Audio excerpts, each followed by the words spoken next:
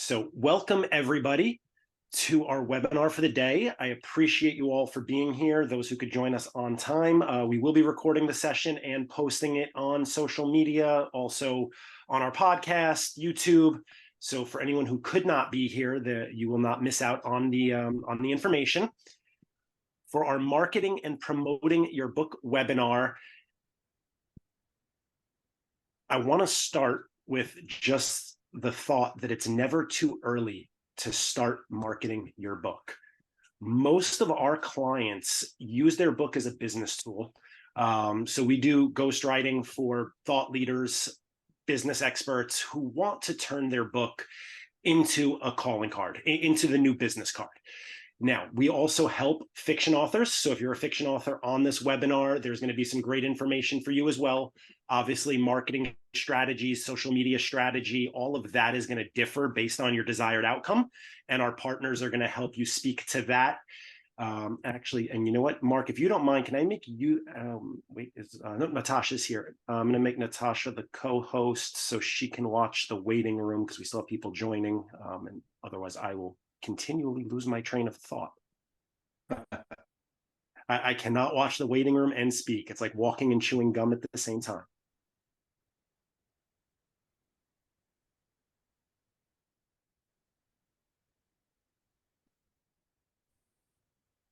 All right.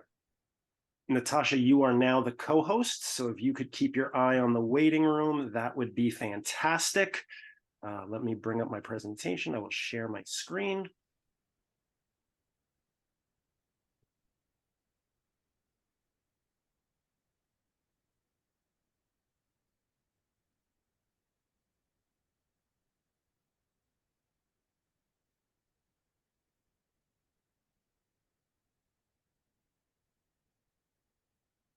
Okay, so my initial opening thought was it's never too early to start marketing your book. We're going to talk a little bit about the publishing process and all of the different ways you can bring your book to market after it's written. If anyone has not even gotten to the writing phase of it yet, please reach out. We're happy to set up a consultation to walk you through how you can do that or start doing that yourself, finish it yourself, or the best way to work with a professional. So before doing that, I want to meet our panelists and their thoughts on when you should start marketing your book. We're not going to get too granular on what they do yet. We just want to learn a little bit about them, their thoughts on this topic. Then we'll get into publishing. And then we're going to turn it back over to our panelists to really give you the meat and potatoes of what they do and how they do it. So let's start with the lovely Betty Galvan. Hi there, everyone. Thank you so much for having me today, Matt. This is great. I am Betty. I have an agency based out of New Jersey. We help business owners, service providers, entrepreneurs, all sorts of people tell their story on social media. We also do a little bit of blogging for our clients and email marketing, but we are mainly on the 3 social media platforms that I believe you should all have a start on. Those are LinkedIn, of course, Facebook, and Instagram. And not in that particular order. It really depends on who your audience is. And this is what we do.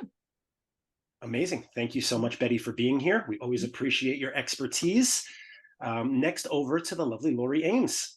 Thank you, Matt. I run the PR Freelancer Inc. out here on Long Island. We have clients globally. We specialize in nonfiction book publicity, though once in a while we will get wrangled into doing something we fall in love with fiction, but nonfiction is really where it's at for us. A lot of business books, some health, some current affairs. And that's what we do, and we do publicity globally. And I'm really glad to meet Betty because I can see some good synergies. We have good synergies with Matt, and I think it's going to be very, very interesting today. Thank you. I love to hear that. I have my core group of people that I go to for certain things for that reason, because they can all always work together, even if they don't know each other already. And with that said, I'm going to introduce my partner in crime for this, Mark Roberts.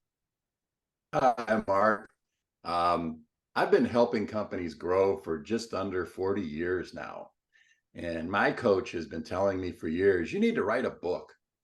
And I started about 10 years ago. And like a lot of people, I started, I stopped, I started, I stopped. I started thinking it was too expensive. It would take too much time. And then a close friend introduced me to Matt. And what was it? 5 months, 4 months? And we had my book done. 5 months it was written, 6 months it was published. Wow. Now, I had a little unfair advantage because I've been blogging since 2000. My website is ranked #1 in the world. So we use some of that content, but I'm here today just to, actually represent somebody that's gone through the process, done it, and done it so much that now Matt and I are actually helping other people who want to write a book. And our goal is in doing these webinars, not just to help you write your book, but to connect you with the resources, such as our lovely panelists, for who can really help you make the most of that investment. Because that's really what a book is. It's an investment in your business. It's an investment in your career, in your brand, in your legacy, whatever the reason you're writing it is. We want to understand that strategy and help you bring it to market in the best way to get a return on it. So before I turn it over to our panelists, I want to just quickly take everyone through the publishing process and the options, because I know from the numerous clients we've helped, this, in addition to the concerns Mark raised about the time, the money, getting the book finished is where probably 50% of people that we speak with are really worried on, how am I going to do this, right? So I've written the book, I've paid for the book. How is anyone going to read my book? We live in a world where you can either seek out a traditional publisher or you can publish it yourself. There's variations of self-publishing. There's pros and cons to both methods. And much like your social media and your PR strategies, there's no one-size-fits-all answer. Everything is going to be dependent on what you're looking to get out of the process. I always tell everyone, though, there are so many options and services out there. Just be cautious. Really rely on a trusted resource who has done business with someone before investing a large amount of money, because there's plenty of companies out there just looking to take money and then not really deliver on any of the promises. And that's one thing that we swear by. I don't want to take your money to write your book if you have no idea what you're going to do with that book. It's just not good for anybody. So last thought on that is, the best book is only as good as who reads it. If a tree falls in the woods and no one hears it, does it make a sound? If you write the greatest book in the world and you can't get it in anyone's hands, I mean, it's probably, unless you're giving it to your kids, I don't think it's a great use of your time or your money. So a quick overview of the traditional publishing process, because we do have people come to us and they really have their mindset on getting that Wiley or that Penguin Random House imprint. And while it's an admirable achievement, it's really not realistic for 99.8% of authors, especially new authors. In order to do it, you can't just go generally to the publisher. You've got to look for literary agents who are specializing in your specific genre of book. And at that point, you've got to really pay attention to their submission guidelines. Some agents want you to present just a query letter. In the nonfiction space, you're most likely looking at a full book proposal, which is going to have to include a proof of concept, your market research, who you are and your market credibility, 2 sample chapters, the entire book outline. I mean, the criteria can really range. So you want to pay particular attention to that. Also, level set your expectations if you are thinking of going traditional, because literary agents will tell you up front it's going to be 6 to 8 weeks before you even get a response, if they respond at all. So if your timeline of getting your book to market is in 6 months, like Mark did, you're probably not going to want to go traditional. Even if you know the president of Penguin Random House, they're not going to get your book to market in 6 months. There's a process. Even if your first agent picks up your book in that 6 weeks and they get you a publisher in another 6 weeks, you have to fit into their publishing schedule. All of the large publishers only print a certain amount of titles per year. So you may not be able to get it out until 2025. If you're okay with that and that's really the road you want to go, we're here to support you and guide you through how to do that. We've done book proposals for clients. Just never want to do it with the expectation that because we wrote you the best proposal in the world, you're going to get a traditional publisher. Your pros, prestige. Sometimes you'll get an advance if they believe strongly enough in the idea. They're going to get you in bookstores, and they're going to give you some type of marketing. It's nowhere near the marketing budget that they used to, unless you're a Stephen King or a John Grisham. Or a Simon Sinek. The cons, we spoke about that lengthy process. You've got a lot less control. So if you want something in your book that they don't want in there, guess what? They win, or you don't publish. You're going to get lower royalties than if you do it yourself, and you're relinquishing your rights to that book for whatever the term of your engagement with that publisher is. Self-publishing is when you decide you want to control 100% of the process. The downside of that, you control 100% of the process. So you need to make sure that you're hiring a professional editor, that you have a professional cover designer. They say don't judge a book by its cover. I will let my social media and PR folks touch upon that a little more later, but I can tell you that I judge a book by its cover. When I go to the bookstore, if it doesn't catch my attention, I'm not buying it. You have to handle all of the formatting, all of the uploading. And I actually just sent this to the other day for our new website, wrote a blog on how is a book going to build your brand or is it going to damage it?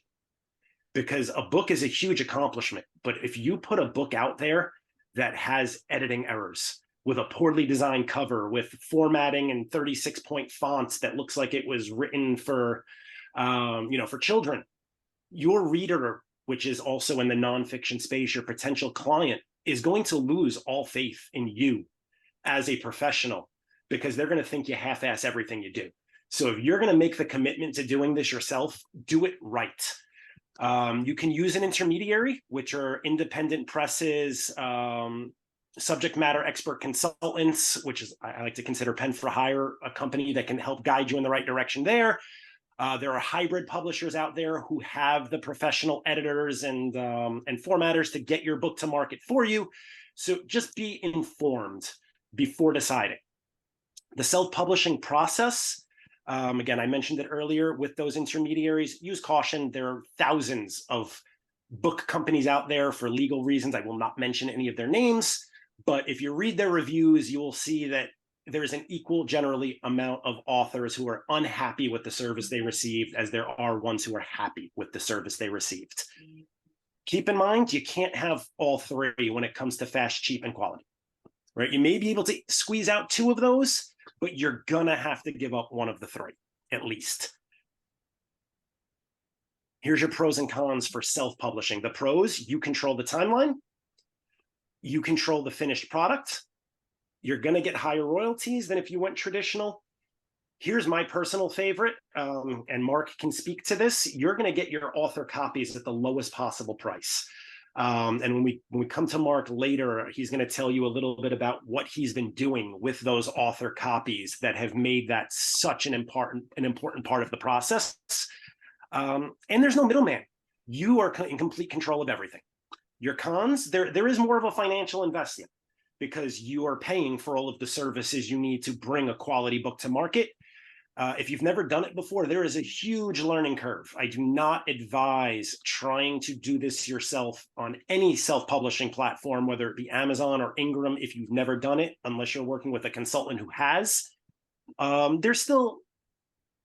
We're moving away from saying less prestige, because there are plenty of amazing self-published books these days that are highly regarded, they're bestsellers. But there still is more of that prestige with your traditional imprint. And there's a lot more work to get into bookstores, which not impossible. We just attended a book signing at the Tribeca Barnes & Nobles 2 weeks ago for a client who went with an independent publisher, and they got a book signing along with 4 other authors from the imprint. So it can be done. My closing thoughts on this, they're not mutually exclusive either. So if this is your first book, and you're struggling with the traditional road, go self, get it out there, get a name for yourself, but have a strategy. Work with partners like Lori and Betty who are going to help that book become a success, because that adds to your social proof of, either your next book bringing to the traditional publishers and saying, my first book sold 1 million copies. My first book hit bestseller status. That's all that proof to bring your next book. There are books that have actually been self-published that publishers wound up acquiring because they did so well. So don't think they're mutually exclusive. But at the same time, don't chase shiny objects. Stick to your plan. Work your plan. If you put together a PR strategy with Lori, stick to it. If you put together a social media strategy with Betty, stick to it. Don't chase the next best thing. So now we're going to jump into the fun stuff where I get to stop talking. But before, there are some basics you can do yourself. And these are all things that, again, Betty and Lori will speak more to. But before you start working with a professional, give them something to work with.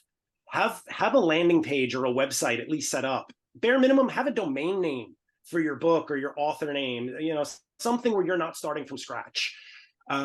Start thinking about an email campaign. Who do you know? Who you're going to let know that you're writing your book? Create your social media accounts and post on them. At least start getting some followers before you turn it over to the professionals. Let everyone you meet know you wrote a book. I mean, that's the best form of marketing, word of mouth. And again, I don't want to steal Mark's thunder, but he'll talk to you about that at the end of how you have to have your book with you at all times. And seek out the professionals who can optimize all of this for you. So with that said, Betty, I am going to turn it over to you. I just threw some points on here, but you are free to take people through every aspect of what you do. Thank you so much. So I agree with you, Matt, that having a start, like I said earlier today, and just having some platforms so that you can start to position yourself as an expert in your industry. So people will want to know if let me start from the beginning. People come to me and say, I've published the book, I have a book, but I have no social media presence. I don't even have a website. And so we're starting from scratch. I've also had people come to me and say, this is what I do. These are my goals. And I think in about a year, I should have my book published, whatever that is. So we like to start with the latter, right? We do really like to start with somebody who is an expert. That's why I believe all of you are probably writing a book. You're an expert at your topic, you're in your industry, whatever that is. You can say something about that every single day on social if you wanted to, right? So we create a strategy with our clients. We like to have them think about everything that's going on in the industry. We create content pillars. So we're diversifying the content that goes out into social media every day on platforms like Instagram, where you should be posting on a continuous basis. We've had clients on Twitter, now known as X. So that's another platform that you have to constantly give an opinion about something, right? So let's say you're in the industry of politics, right? You are maybe you are running for office, or maybe you're somebody who likes to give your own thoughts about what's going on in the world. This is an industry. This is something that we have news on every single day. So scanning the news, understanding what's going on in your industry, giving us your thoughts, having the social proof. What are you doing in your community? All of those are content pillars, and we can divide the content based on that. That's how we start the strategy. Like, what do we want to say for you?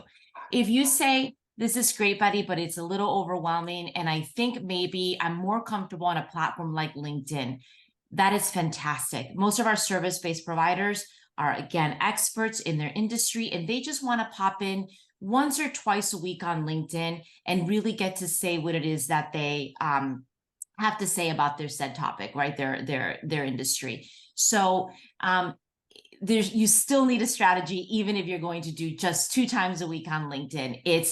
I'm going to be salesy 1 out of 4 times. I'm going to really, sell my service and say what I do and have a call to action, maybe once every 4 posts on LinkedIn. What are we going to do for the other 3? In the other 3, we have to, have an opinion about whatever is happening in the world based, in your industry. We want to show the social proof. Why are you the expert? Convince us, tell us what's happening around you. So creating a consistent strategy, whether it's 2 posts a week or we're talking about 13 posts a week, utilizing Instagram stories, doing some reels, doing some Facebook, all of that, we have to sit down and really say, how are we going to continuously provide information about what it is that we do? You really can't get away without social media nowadays. It is an extension of your website. People, when they discover someone, they'd like to Google, let's say they Google them, they look at their website and they start clicking around, right? People really want to understand who it is that they're working with. Why do I trust this, person? So we go and start clicking around. People like to visit your social channels. And just like Matt said earlier about judging a book by its cover, people are also judging you by the posts that you are putting out there. So you have to have some great photography, professional photography, weaved in with just iPhone photography, with iPhone video, weaved in with maybe some graphics, a sneak peek of your desk, messy, for stories. We want to have a nice array of different type of visual content so that people stop and then read your caption. It can feel like a full-time job. So there are agencies out there like us. If you hire someone to help you around, look for someone local.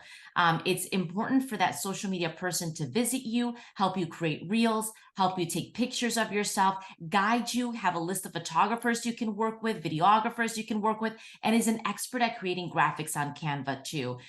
So I'm a former teacher turned blogger turned social media agency owner. Content is key. What you say out, is going to be just as important as what you're publishing and putting out with your book.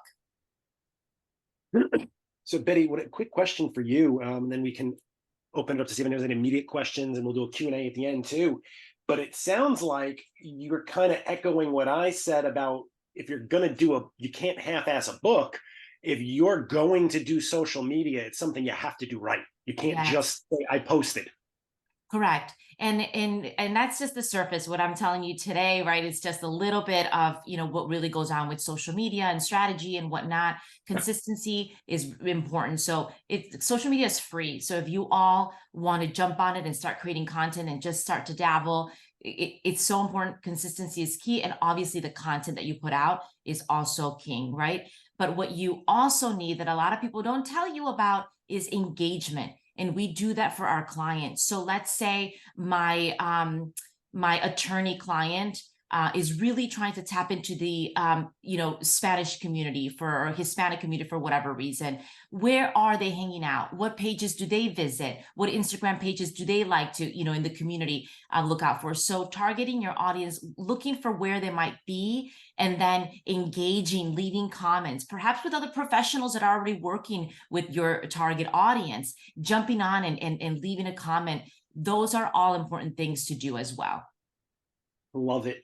One last thought, because you said something I never even thought about or would have even thought of value in, because you see a lot of these social media agencies, these discount social media agencies out there with their plug and play templates. You never meet an actual person. Right. You're lucky if you even get on a Zoom with somebody. It's That's more right. like they email you your template, you do it yourself. So it sounds like, just the approach of having someone local who can come and help. That's just incredible, because most people, if they're like me, are camera shy, afraid of getting on video and promoting yourself. I know it's hard to believe running a webinar, but you're not going to catch me at home on my phone, trying to record a video. I would much prefer someone saying, no, you're doing it right. Absolutely. It is very valuable to have somebody capture and a social media expert that cares, knows they need the content. So they will do anything to create content with you. So we show up today, we have an interior designer putting the final touches in a brand new living room, locally here. So, we're popping in there to take the pictures and to take some, video, and it's all with our iPhone. We're not showing up with professional photography. We have another client who is speaking next week at a big conference We pop in, we sneak in the back of the room, we show the crowd, we show the person speaking, we do a little video, and we're out of there. All of that content for us is gold. It's key. So we want to be there for you. We want to show up, book signings, all of that. Where you're going to be. Your social media expert should really, really be invested in your success. Love it. Before we move on to Lori, and again, we're going to hold Q&A at the end for everybody. So if you want to hold your questions, you can. But if there's any specific burning questions on anything Betty just covered, please feel free to raise your hand. And Natasha will turn it over to you. If not, we will move on.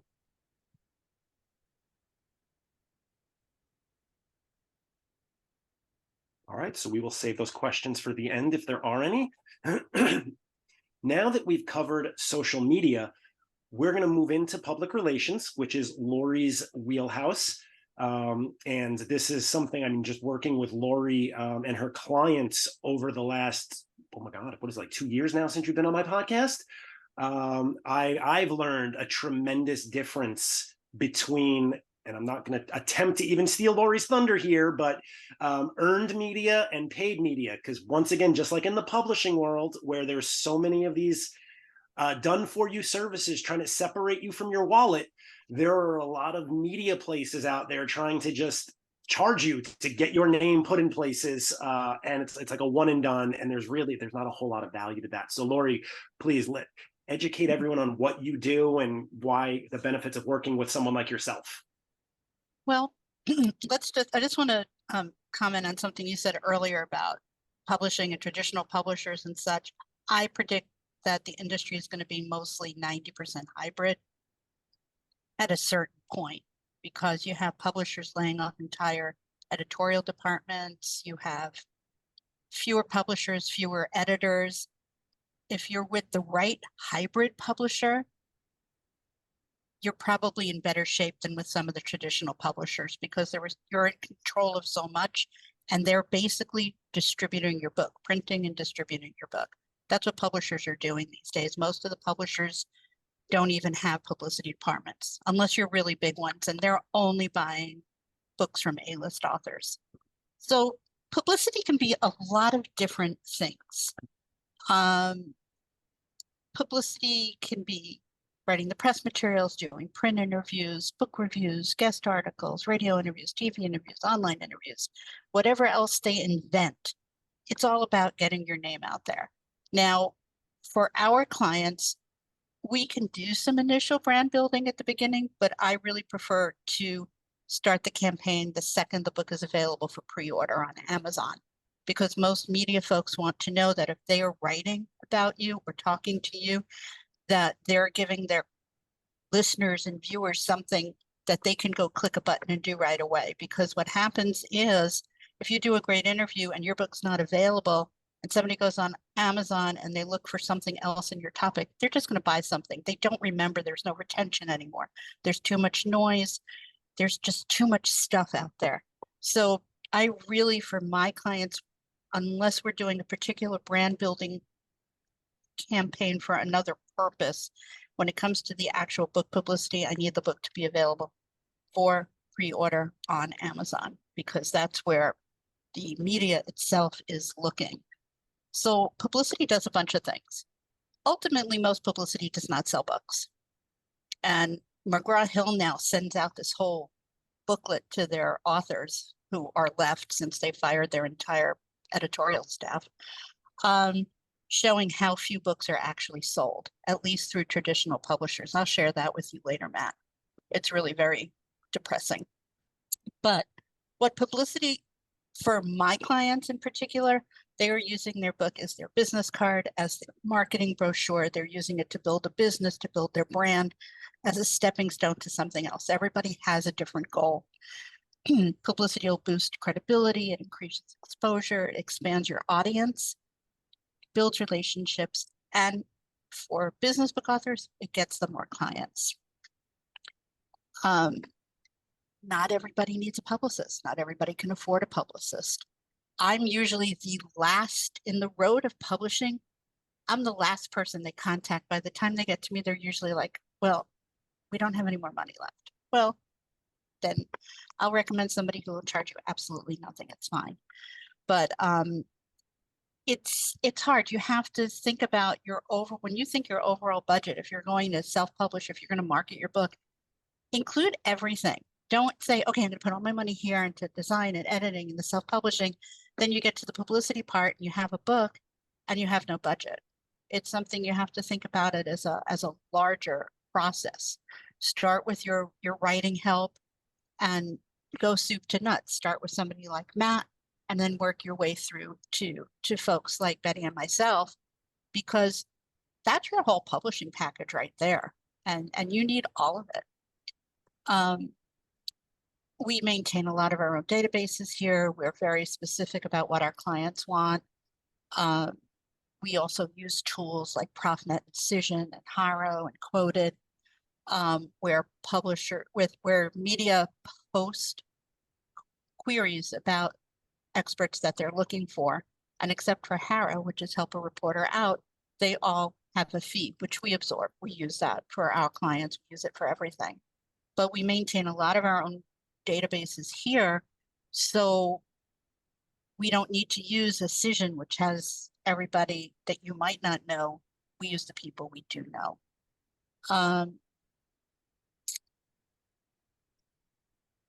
Publicity also, you have to know how to do an interview. You have to know how to write your answers. You have to be working with somebody who's going to prep you for things like that. We have a client who just did his first interview and he's not happy with it, but he felt that he would be okay. So now we take the first interview, which we usually will set up something that's, it's not going to be like the Today Show for your first interview. But a nice podcast, it's short, it's sweet, but it shows the client also what they don't know, because we always don't know what they don't know. They don't know what they don't know. And we try to be as full service as possible. We get a lot of people who come to us because they want to write a book and they don't know where to start.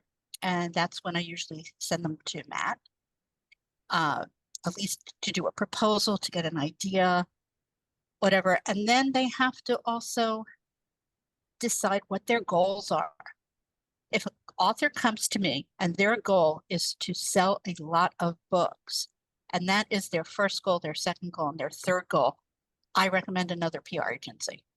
I want a client who wants to use their book for another purpose. And in addition to things that Matt warned about, there are also companies that will get you on the bestseller list. And these things are going to cost you between $60,000 and $250,000. It's a lot of money.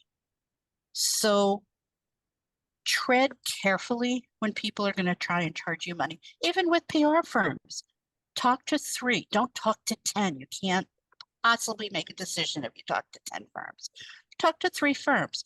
See who you're going to be working with. Is the person who's selling you going to be the person that you're going to talk to throughout the campaign? Or is your campaign getting pushed down the line? Is it a big firm? Is it a small firm? Where do you fit in? What other books have they worked on in your area? Ask a lot of questions. Don't torment them. And I know somebody from my team is on here, so they know exactly who I'm talking about. But don't torment them by asking them to answer 70,000 questions. Just ask the right questions. See what they've done, ask for a recommendation, and just know that just because it worked with one author doesn't mean it's going to work with you. So be realistic about your goals and make sure that the PR firm is being realistic about what they can accomplish for you. I love that. I just want to touch back to what you said on the budget, and I think that's so important. I'm going to need to revise one of my presentations because too often you'll find, I know I find this, and I'm sure all of our panelists have experienced this at one point or another. Someone comes to you and they have X budget, and they only have X budget for your service, right? They're not thinking about everything else. They're not sharing the whole picture, and now they're trying to get you to go lower to work with their budget. when one, that's really never a good business model anyway, because if someone's an expert at what they do, you don't ask your doctor to discount their services. I would hope not anyway.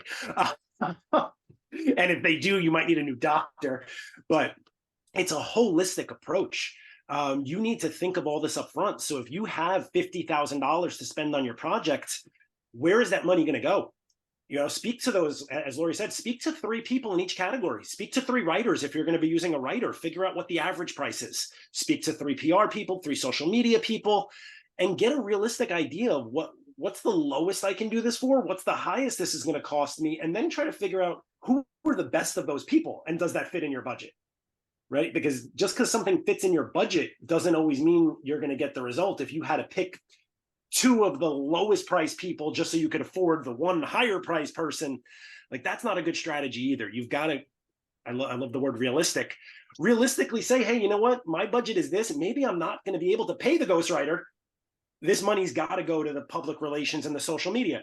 Or I know I can't string 2 words together, so I've got to pay the writer. But my sister works for Fox, so I can maybe forego the PR. It's just a decision you have to make, and the time to make it is not after you've already spent your entire budget on writing the book. Exactly. And unlike Betty, we actually do publicity globally, and our client base is global, because I've been using Zoom since I started my business way before COVID. I have no clients on Long Island, none. But I have clients all over the United States. I have clients in Australia and Singapore. I've had clients in Beijing. I get up really early, but it's doable. Matt knows that after 2 o'clock, don't try and have a Zoom call with me. Very true. Last thing, and then we're going to turn this over to Mark, or actually, yeah, we're at the end. So we're going to go to Mark, then we're going to go to Q&A. But you said something else, Lori, that I love, and you and Betty said it at the beginning, the synergy there. And I think it's because you both approach things so similarly. You are not just like plug and play. You're not saying, all right, you're lined up for this interview, good luck, break a leg. You're actually working with your clients and making sure they're prepared for how to show up to that interview, right? It sounds like probably how to dress, like don't show up in your bathing suit. Don't ad lib things. Take time, like that coaching that's invaluable, because once again, not all news or not all press is good press. Right. And also, like today and tomorrow, I have a Zoom call with one client from 2 different locations. She wants to know what looks best for her interviews, what's going to be the best presentation spot. So we're doing a Zoom today at noon and a Zoom tomorrow at noon, so I can see where she looks more comfortable. And we also, once something runs, you don't just leave it out there. That's when you have to use your social media. That's where, somebody like Betty really comes into play. My clients, like I said, by the time they get to me, they're usually at the end of their budget. So we will also, in certain cases, advise them strictly on the book publicity angle for that. I love it. So with that said, we've got a lot of great content. I feel like every time we do these, even I learn something, and I've done dozens of titles. So I appreciate all of the wisdom and best practices. Before we open it up to the Q&A, Mark, I would just love for you to kind of talk about your strategy on how you've used your book and marketing that's really outside of the author copy, virtually no cost, that can help generate a budget to amplify your marketing using specialists like Betty and Lori. Yeah, I don't know about you, but friends, family, clients have all said, Mark, you need to write a book. And I had all those mental blocks, all those mindset blocks saying why I couldn't do it. A dear friend of mine spent over $65,000 writing his book, and he's got 400 books in boxes in his garage, right? So, you hear those horror stories. So the other thing I looked at, and why I'm going to be calling some of the other panelists later today, is the opportunity cost. What does your day job pay? And why are you spending time tinkering in PR, tinkering in social media, when there's experts that can do it more efficiently and effectively? When I get hired to train or help scale a business, help a CEO and his leadership team grow a business. It's a pretty nice pay package. So again, there's an opportunity cost. All the time you spend, and it could be the opportunity cost of not having enough time with your family. But back to me. So I've been wanting to write a book over 10 years. I've been blogging since 2000. A dear friend of mine introduced me to Matt, and he says, Mark, you got to write a book. Let me tell you a story. He says, a book is a magical thing. He says, when I met, I'll just say, I won't say the name of the company, but a vice president from this company at a trade show, I had one of my books in my bag. I wrote him a short little note on the cover page. That book introduction, whether he read it or not, has turned into over $400,000 of business over the last 5 years. I'm like, wow, okay, I'm sold. So luckily, I've written ebooks. I've self-published a book called Branding Backwards. Again, I did it all as like a marketing tool, my business card. Since working with Matt, we started promoting my book even before we had a solid title. And that turned into webinars, trade associations. And to wrap up, right before my book came out, an association read what was sent to them. Hey, can you come out and speak? We have 60 CEOs that we're going to be presenting, and we think your book will resonate with them. So I brought 60 books. I wrote, nice signed autographed copies for each. I handed them out, and I presented. I presented my content. And what I really like about Matt and his team is they actually captured my tone. I'm not very fancy. I'm kind of, my whole theme is no smoke and mirrors. I believe in being honest and truthful with people and serving them and helping them hit their goals. And in the process, they pay me. So long story short, I handed out the books. I was a little disappointed. My expectation was by the end of the day, I would have had 5 calls because it was so brilliant. Well, that didn't happen. But within a week, 2 calls came, then another 2 calls. Another CEO said, look, I'm halfway through your book. I don't know if I'm going to read it, but we need to work together. So I've already more than 10-fold paid for the book. And it just came out in July. The month it came out, it ranked 1%, the top 1% of new releases for the month. So what I'm doing is every client I meet with, I hand them a book. I write them a personal, note about driving explosive growth in your business. Every event that I go to, and ironically, I'm on a cruise. That's why I'm tan. And my wife says, bring some of your books. I'm like, oh, that'd be so embarrassing. But sure enough, over dinner, I meet the vice president of sales for a pretty large company. He hears what I do. He starts talking. My wife runs to the room and gets one of my books, and I hand it to him. He's already reached out to me and said, hey, let's work together. There's something about a book that demonstrates you had the discipline to start and finish something. What gives me pause is English, although I speak it and I do a lot of keynotes, sales kickoff events, writing, not really my gift. So what Matt and his team did was they captured the thought leadership, and turned it into something that would be enjoyable to read. So where I'm at today is, as Matt indicated, as an author, you can buy your books. I buy them in lots of 100. I mail out at least 5 to 10 books a week. The cost of the book, I want to say, is like $3. The cost of mail averages $7. So for $10, I'm sending my marketing to targeted prospects. My virtual assistants are also using my book. Everybody that goes to an event, I get the list of who attended. And my virtual assistants are quickly contacting each of them, saying, I hope you enjoyed Mark's talk. Here's an article Mark wrote. That was step 1. Step 2, here's Mark's book. You might enjoy it. Step 3, hey, would you like to have a chat with Mark? Those are now turning into appointments. So I can't say enough about a book. Part of my business, about 1/3 of my revenue, is voice of customer research.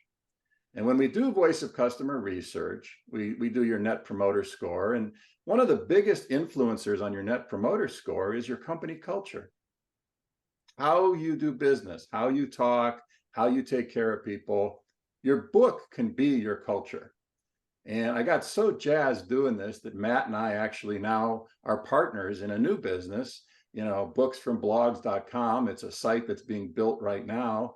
No matter where you are in the process, if you're just starting, if you've done a podcast and you've got all the transcriptions, maybe you've written a few ebooks you want to turn into a real book, maybe you've been blogging like me for years, Matt and his team will help you build that template, and it's a lot quicker and, quite frankly, a lot cheaper than what I was quoted by other people. So again, I'm using my book to grow my business, and I've actually convinced a couple of my clients now to write books to share their culture. So again, I'm a huge fan of content, and again, I hope that adds value to some people. Thank you, Mark. And I just want to put something in perspective for people, and then we're going to go to Q&A. So the gentleman he mentioned who it turned into over a $400,000 engagement, he would, in order to have made that revenue on book sales, he likely would have had to sell well, let's say your average profit on a book is $6, give or take, depending how you price it. So I'll let you guys do the math. I was more in a talking and writing mode today, not a math mode, but you figure out how many books you need to sell at $6 profit to get that. Whereas he chose to pay $3 to have his book printed and then hand it to somebody. That's a far better return on investment than trying to knock it out of the park on book sales. Hey, if you make an extra couple $1,000s on book sales on top of everything else, that's great. But use specialists like Betty so that a wider audience can see you and want to contact you. Use specialists like Lori so she can get you on the stages where your target clients are, so they can reach out to you and learn more about you. And then you yourself, I think everyone would agree with this statement, you still got to do some work. You still got to show up. You still got to give your opinion. You still have to carry the book with you and carry through and let everyone know you wrote it and you're proud of it and what's in it. It may only be a 5-minute conversation, but sometimes that's enough. Like Mark said, they'll tell you, I'm not reading it. I read enough to know that I'm going to hire you because you know what you're doing. So with that said, everyone, please scan the QR code. If you haven't already, we're always happy to meet with people once, twice, free consultation, walk you through how you can get started either with us on your own, with any of our panelists. So I'm going to stop sharing and open it up to Q&A. I see we've got Tim's hand up. So Tim, please go ahead. Yeah, actually, I have a question for Mark. I know the process of, you send a particular person that or particular company you might want to become your client. I'm just curious, after you send the book, what is your 1 or 2, 3 steps of follow-up? What do you do besides just send the book and wait for them to call you? As the other panelists mentioned, you need to have a plan. Don't just randomly do it. So before the book is even sent, I connect with them on LinkedIn. I send them something of value, like an article I wrote that maybe pertains to something they commented on recently. I send them an email and I said, hey, I'd really like to get together. Watch your mail. I'm going to be sending you a copy of my book. I send them the book, and here's the thing. The disturbing number is not only do a lot of people not buy books, they buy books and they don't read them, right? So the burden is on us to get them, after you've sent the book, give them like a week to 2. Hey, what'd you think on the chapter on human-to-human selling? Oh, brother, your book is sitting here right on my desk, but I haven't opened it. Well, based on what you've been posting, I think you ought to read that chapter. And then what I do is I keep sending them other content. One of the panelists talked about pillars, and my book basically has 6 pillars. And all the content that I'm developing now and for the next 2 years is going to support one of those pillars. So when I send a book to somebody, it actually supports that pillar. But it's a process. Today, it takes over 20 touches to have a conversation with somebody. Most salespeople quit after 3. Yeah, and that's a huge thing to think about. I mean, sometimes the word sales gets this dirty connotation, but when you are an author, and I mean, you are selling yourself, it's a soft sell, But you need that plan, right? Mark's approach works for him. He's thought this out. He knows the people he's reaching out to. We have some other clients who will mail the book to certain stages of their CRM. So people they've already submitted a proposal to who have not closed business and they're not sure why. Those are usually your most your highest level of success because they've already gotten to a certain point with you. And then you can go to the next level, clients who have maybe submitted an inquiry on your website, but not even gotten to a qualification stage. Mail that book and work that plan. I mean, I love what Mark said. So many people, I called him twice and he never called me back. So this whole thing doesn't work. That's not true. People are busy. How many people have called you twice that you haven't spoken to, but maybe on the third or fourth time, you're like, I really should give this person a chance. Are you And it's calling also me a out? multiple effect. So Sorry, go ahead, Tim. once you keep calling, after 12 touches, not only does your success rate increase, but so does your profit. People buy for two reasons, trust and competence. What better ways can you establish trust and demonstrate competence than by sharing what you do or what your gifts are? And you know what? My approach might not be right for everybody, and Matt helped me have peace with that. My book is about growing your company more than 20% a year, year over year. And I'm at peace with that. If you just want to grow 3% a year, call me. I'll connect you to a consultant that can help you do that. That's not what I do. One of my clients went from 4 million, and in 10 years, we sold it for 300 million. The process that we used is what we put in the book. So again, great question. I actually teach a course on prospecting cadence.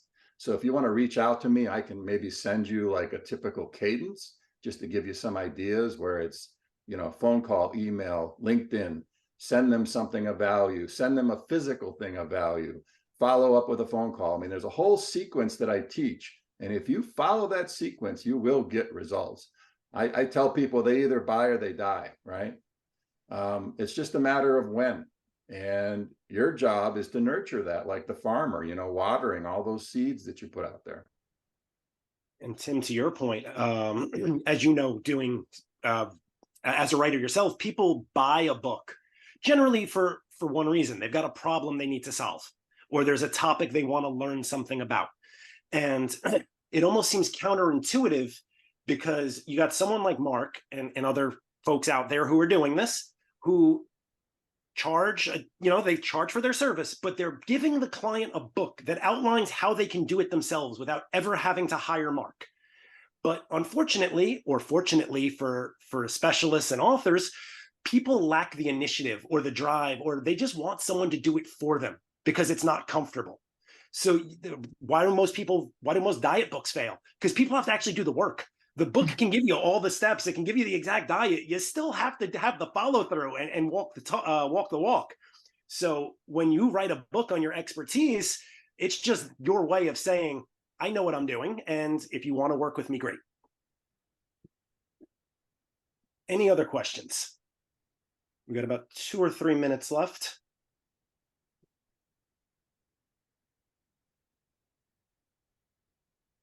All right. Well, if there are no other questions left, I'll just end with thanking everyone for their participation. Thank you all who showed up.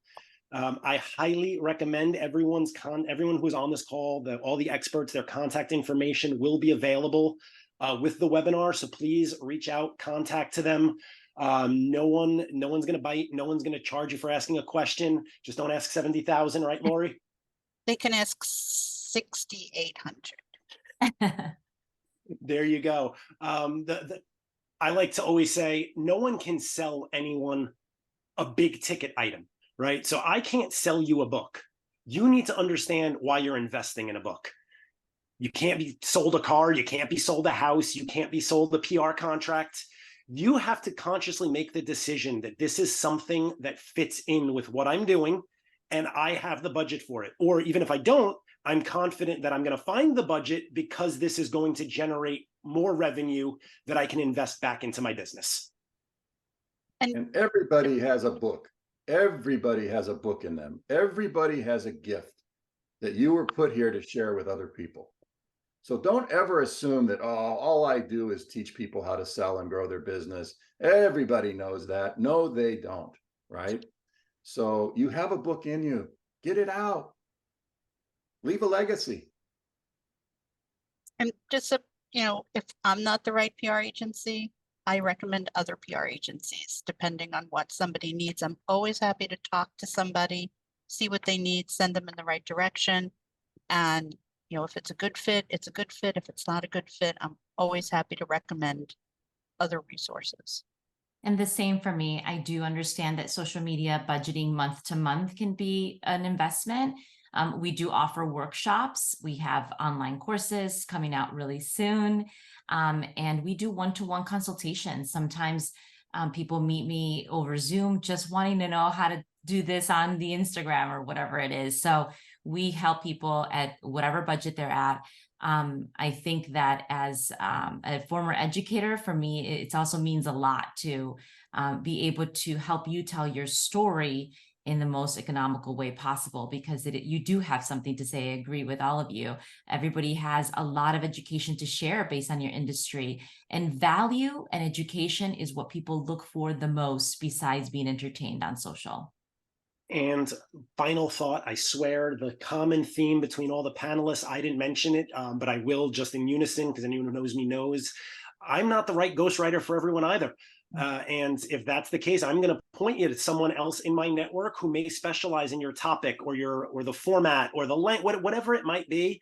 So that's probably the first thing anyone who's looking to hire any specialist in anything should take into account is, if someone's only interested in selling you or moving on, they're probably not the right person to work with anyway. You want someone who's confident enough to say, hey, I'm not the right person for you. This isn't what I do, but I have someone who might be able to help you. Because someone who's just trying to make that sale and says they can do everything for anyone is lying. No one can do anything for everyone well. Just like Mark had mentioned, I told him, you can't write a book for everyone. If you try to write a book that everyone loves, you're going to write a book that nobody reads. Yeah. So thank you so much. I thank you all. It's been an amazing pleasure to have you on. We'll make the replay available within the next couple of days. So please stay tuned. If you have any interest in getting any information from any of our panelists, please reach out to them directly, or you can always reach out to us at Pen for Hire and we'll make the introduction for you. Thank you all and enjoy the rest of your days. Thank you.